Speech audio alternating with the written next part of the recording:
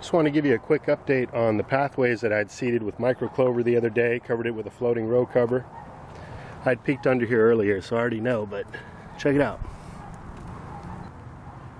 It's working like a charm.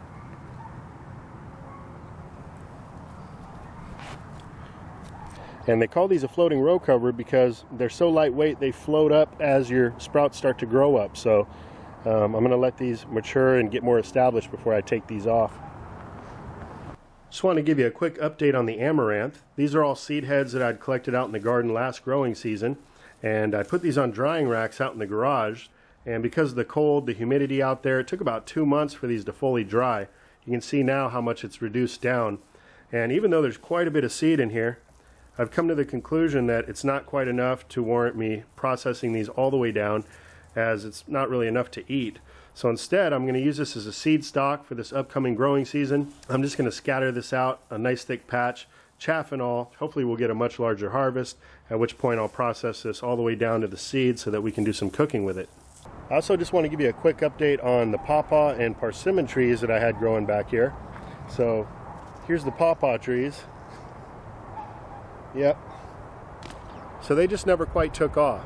Both of those Paw Paws are different varieties, and they both put off a couple new leaves, and then that was about it. So at some point I was like, you know, the heck with this.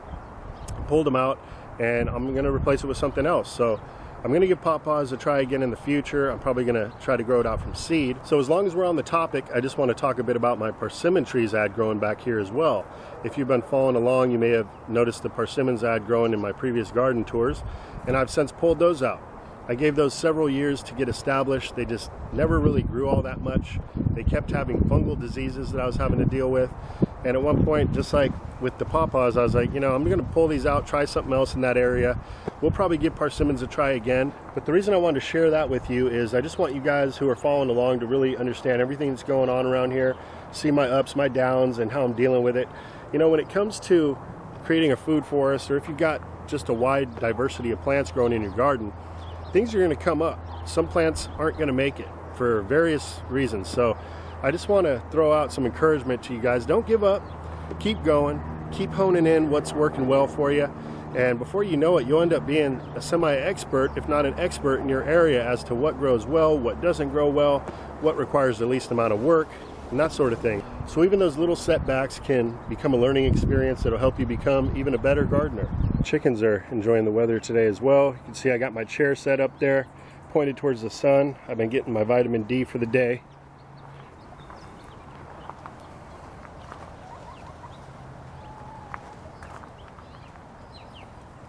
They love hanging out in this little corner. The goji berries are pushing out a lot of new green growth now.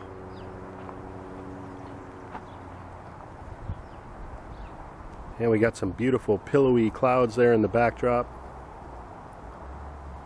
So check this out. This is that plug flat of Purslane seed that I seeded 5 days ago. And you can see we've already got over an inch of growth.